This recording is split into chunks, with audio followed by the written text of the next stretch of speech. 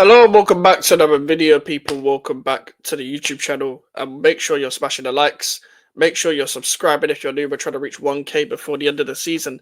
And yeah, I didn't want to make this video. It hasn't been a great week. It hasn't been a great week when it comes to football because obviously Arsenal winning yesterday. I'm not too happy about that. This news today, and if Tottenham win in the Europa League tomorrow, then what's the point of watching this fucking sport anymore? What is the point? Honestly, as I said before in my lives, if I didn't have a channel, I probably would have checked out. And the problem is, I don't really have much choice anymore. Don't have much choice. But the news that has come out today is that David Sullivan has decided to not appoint a director of football. Following Snyder's departure, Sullivan has grown tired of that particular role. Potter and McCauley will be in charge of identifying players they want, and Sullivan will try getting them signed. This is a case of a club not being serious and a club being finished. Because people could complain about the directors of football we've had at this club before, whether they like them or not, whether you liked them identifying players or not, like the players they identified or not, but getting the deals done was something we were really good at doing last season. Now, Graham Potter and McCauley guy, he's the recruitment guy, cool, they're both identifying the players, but Sullivan going to get the deals done, you can bet your life on it that this transfer window is going to stink. And to be honest, for as long as this guy is here, we're finished as an institution. We're finished as a club. We're finished in ever being serious. So when I mean ever being serious, I'm like, look at Villa, look at Newcastle, look at Forest, look at even fucking Bournemouth. So look at those teams. Look at the structure. Everyone's on the same page at that club. Look at us. As much as Graham Potter's the face of it, and to be honest, you should know what kind of job you're getting into, so that doesn't mean that this is going to be used as an excuse for you next season, because if you know what job you're getting into, you don't have an excuse. Because people can say what they want about whether this is a good reflection of his coaching or not. It's a similar situation with Ruben Amorim. I don't rate their owners. I don't rate Ineos and their owners. But let's say even if like Ruben Amorim doesn't get the players he wants or whatever, you're the face of the club. You allowed yourself to move in the middle of the season when you didn't want to from Sporting to Manchester United. So regardless of whether you get your players or not, you got to get the best out of what you have regardless. That's the end of it. As much as even if you're not a main problem, you're going to be part of the problem. And that's the same with us. And that's a fact.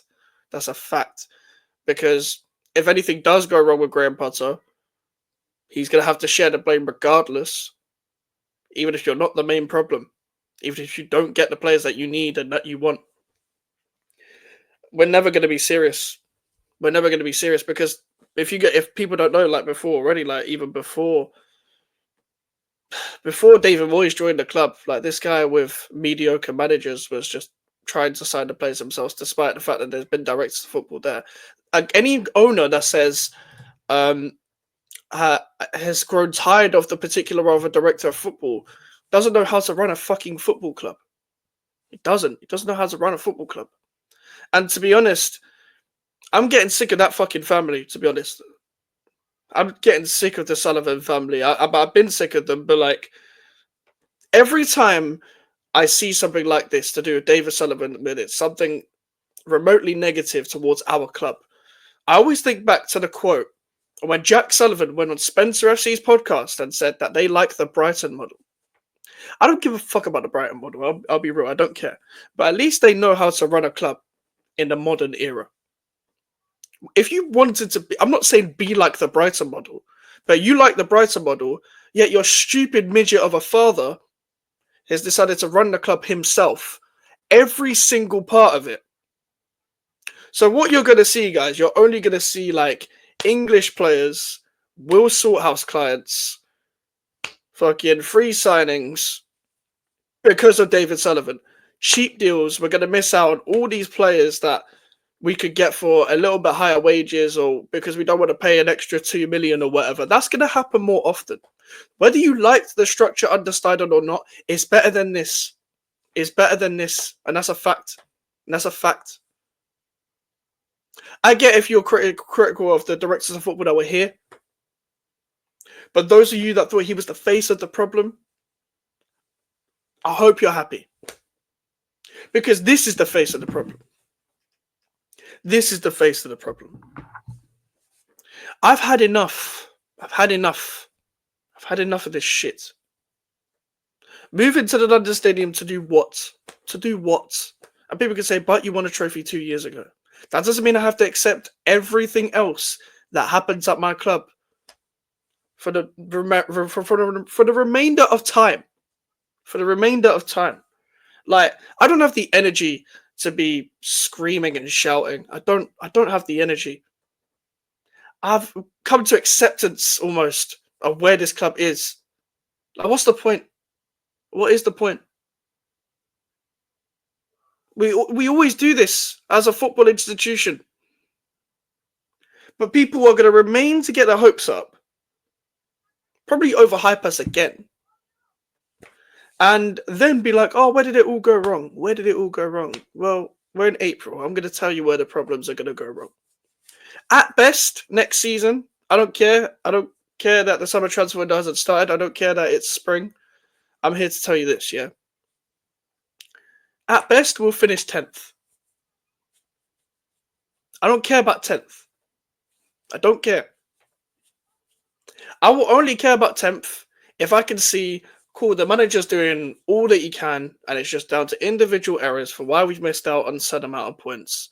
And we've been unfortunate in injuries or whatever, and even then, injuries aren't an excuse, in my opinion, but each to their own, I guess.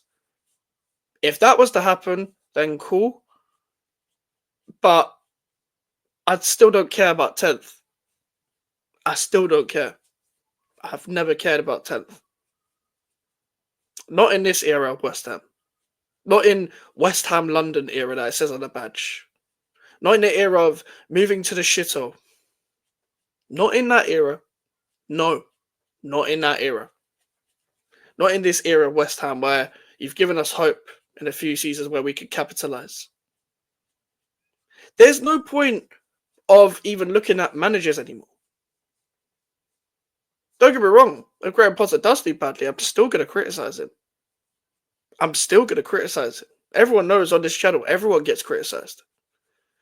But there's kind of no point anymore. This club will be left behind. The reason why I said at best we'll be 10th is we're not going to overtake Fulham. We're not going to overtake Brighton. We're not going to overtake Bournemouth. And Tottenham and Manchester United aren't going to be as bad as they are this season. And they're already above us as it is. We're looking at battle for 13th, 14th again. With this model in charge. As a director of football. You as a director of football getting deals done. You're like 80, bruv. You're like 80 and you're still doing this nonsense, bruv. I really wish on YouTube you could say what you want. Because reality is he's going to be here forever. Reality is he's going to be here for the destined time. We're never ever going to get like some form of takeover.